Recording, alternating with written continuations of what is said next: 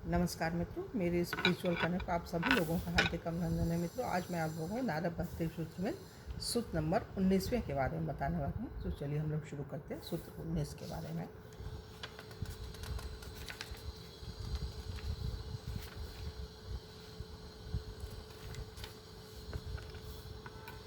नारद मुनि कहते हैं, नारद ऋषि कहते हैं कि अपने सब कर्मों को भगवान के अर्पण करना तथा उनके विस्मरण में परम व्याकुल होना ही भक्ति है।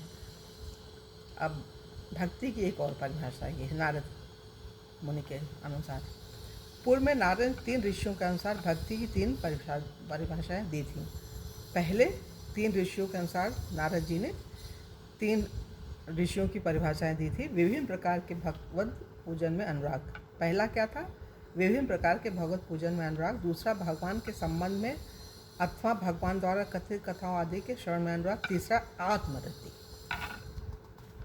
के आनंद स्वाद में सभी बाधाओं का निष्कासन। अब नारद स्वयं अपना मत देते हैं, जो इन मतों का विरोध नहीं करता अपितु उनकी परिणति है। भगवान के सभी रूपों में श्री कृष्ण आदि एवं परम आकर्षण हैं।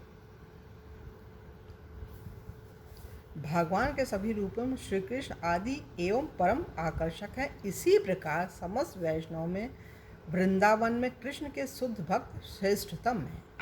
भगवान के चैतन्य महाप्रभु ने घोषणा की थी भगवान चैतन्य महाप्रभु ने घोषणा की थी कि वृंदावन में गोपियों द्वारा प्रतिपादित कृष्ण भजन से बढ़कर कोई पद्धति नहीं है।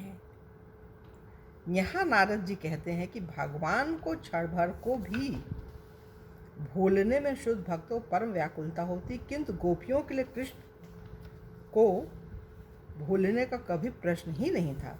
ये उनके स्मरण में इतनी मग्न थी कि वे अपनी घर गृहस्थी के कर्तव्य का भी पालन नहीं कर पाती थी। ये सही है, इससे हम सहमत हैं। अपने घनिष्ठ प्रेम प्रसंगों में गोपियाँ कभी कभी कृष्ण पर कृतज्ञता का आरोप लगाती थी एवं कृष्ण को भूलने की इच्छा व्यक्त करती थी, किंतु वे ऐसा नहीं कर पाती थी। यह गोपियों में मुख्य श्रीमती राधा रानी द्वारा इस प्रकार व्यक्त है।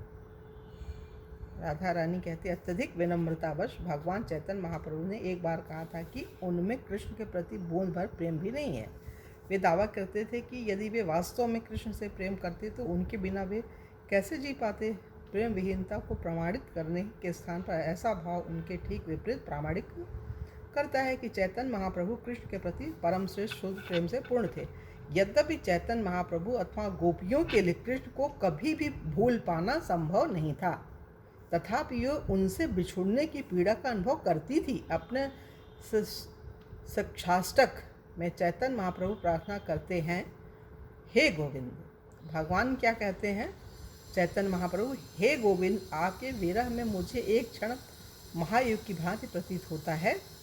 तीव्र वर्षा के समान मेरी आंखों से आंसू झर रहे हैं तथा मुझे सारा जगत शून्य दिख रहा है। चैतन्य महाप्रभु जी बोल रहे हैं, तभी तो नाचते थे, रोते थे। यहाँ नारद कहते हैं कि भक्ति का एक आवश्यक अंग अपने सब कर्मों को भगवान की सेवा में समर्पित कर देना है। यहाँ ये फिर से सुनिए मित्रों, यहाँ नारद जी कहते हैं कि भक्ति का एक आवश्यक अंग अपने सब कर्मों को भगवान की सेवा में समर्पित कर देना है। भौतिक जगत में पाए जाने वाले समर्पण से अलग कृष्ण के प्रति यह समर्पण सर्वांगी है, क्योंकि कृष्ण सृष्टि का सर्वस्व है। अतः शुद्ध भक्त प्रत्येक परिस्थिति में उनके साथ रह सकता है, और चूँकि भगवान सर्व आकर्षक है, अतः भक्त अपने प्रेमास्पद के प्रति अधिकाधिक आसक्त हो जाता है। जैसे कृष्ण भगवद गीता के छठे अध्याय के 30वें श्लोक में कहते हैं, ये माम पश्यति सर्वत्र सर्वं च मयि पश्यति तस्याहं न प्रणश्यामि स च मे प्रणश्यति। जो मुझे सर्वत्र देखता था सबको मुझ में देखता है। भगवान कितनी बड़ी बात बोल रहे हैं। जो मुझे सर्वत्र देखता है तथा सबको मुझ में देखता है, मैं उसके लिए कभी अदृश्य नहीं होता। जो मुझे सर्वत्र देखता है तथा सबको मुझ में देखता है, मैं उसके लिए कभी अदृश्य नहीं होता, न ही वह मेरे लिए अदृश्य होता है। भौतिकवादियों को जो इंद्रिय तृप्ति में बहुविध रुचि रखते हैं, एक भक्त का प्रेम उन्माद प्रतीत हो सकता है, किंतु कृष्ण के प्रति प्रेम वास्तव में व्यक्ति को सत्य का स्पर्श कराता है कि कृष्ण ही सब कुछ है। कोई पूछ सकता है कि कृष्ण के विरह में भक्त की अत्यंत व्याकुलता का अनुभव क्या सूत्र 18 का विरोध करता है, जिसमें सांडिल्य ने भक्ति को आत्मरति का आनंद बताया है? इसमें विरोधाभास नहीं है, क्योंकि चैतन्य महाप्रभु एवं अन्य शुद्ध भक्तों द्वारा विरह की पीड़ा का अनुभव दिव्य आनंद का ही एक प्रकार है। प्रेम के स्तर पर स्थित व्यक्तियों द्वारा अनुभव किए जाने वाले आध्यात्मिक भावों के क्षेत्र में दुख अथवा सुख दोनों ही परम पूर्ण एवं आह्लादकारी है। दुख सुख दोनों ही उनके लिए एक जैसे हैं, सुख देने वाला, दुख भी सुख देने वाला है। ये मनोधर्मी चिंतक एवं कनिष्ठ भक्त यह नहीं जान सकते, किंतु हम शास्त्रों से इसका विवरण सुन सकते हैं तथा आत्मज्ञानी संतों के जीवन में इसे देख भी सकते हैं।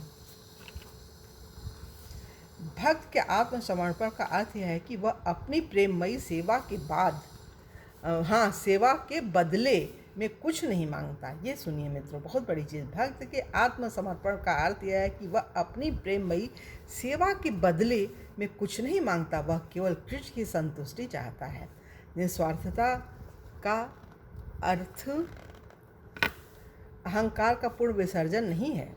पूरा आत्महनन असंभव है। शून्यवादियों की इच्छा के बावजूद किंतु मिथ्या अहंकार भक्ति में सेवा से घुल जाता है एवं उसके स्थान पर सत्य अहंकार अर्थात मैं भगवान का नित्य दास हूँ आ जाता है। जीव का सच्चा स्व अर्थ स्वार्थ से मुक्ति में निहित है। जैसा नारद यहाँ कहते हैं, अपनों सब कर्मों को भगवान को अर्पित कर, अपने सब कर्मों को भगवान को अर्पित करना। हम सब परम जीव कृष्ण के नित्य अविच्छिन्न अंश है, अतः हम उनको संतुष्ट करके ही पूर्ण संतुष्टि का अनुभव कर सकते हैं। कृष्ण तुष्टे जगत तुष्टम, कृष्ण तुष्टे जगत तुष्टम। जब कृष्ण तुष्ट हो तो जगत तुष्ट होता है। भक्तिमय सेवा में नवदीक्षित एवं भक्त निस्वार्थता का अभ्यास प्रामाणिक गुरु के प्रति समर्पण द्वारा कर सकता है। भक्त को चाहिए कि वह अपना सर्वस्व गुरु की सेवा में अर्पण कर दे तथा अपने गुरु को सदा अपना शुभाकांक्षी माने। जो भक्त गुरु एवं भगवान के प्रति ऐसी निस्वार्थ सेवा का अभ्यास करते हैं, वे बदले में कुछ नहीं चाहते, तथापि वे अंततः श्रेष्ठतम पुरस्कार पाते हैं। भगवान का अंतरंग संग, जैसा कृष्ण कहते हैं। जब वो भगवान से कुछ नहीं चाहते तो भगवान उनको सर्वस्व दे देते हैं।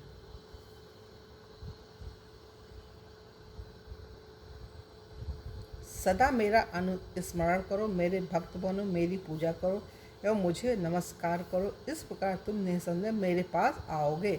मैं यह तुमसे प्रतिज्ञा करता हूँ, क्योंकि तुम मेरे बहुत प्रिय सखा हो। भगवान ये बोल रहे हैं। कहाँ बोल रहे हैं?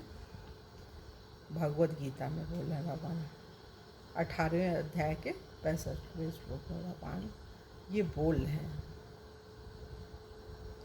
तो ये चीज़ है मित्रों, यहाँ पे ये 19वां सूत्र पूरा हो रहा है।